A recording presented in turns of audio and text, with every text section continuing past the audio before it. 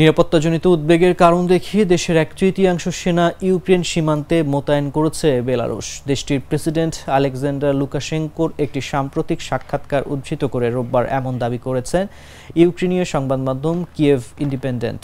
গত 15 August Russia TV চ্যানেলকে দেওয়া এক সাক্ষাৎকারে বেলারুশের প্রেসিডেন্ট লুকাশেঙ্কো দাবি করেছেন তিনি তার সেনাবাহিনীর প্রায় 1/3 ইউক্রেনের সঙ্গে সীমান্তে জড়ো করেছেন। ইউক্রেনীয় সীমান্তে দেশটির আগে থেকেই মোতায়েন রাখা 1,20,000 সেনার সঙ্গে সম্প্রতি আরও বিপুল সংখ্যক সেনার সমাবেশ ঘটানো হয়েছে বলে উল্লেখ করেন তিনি।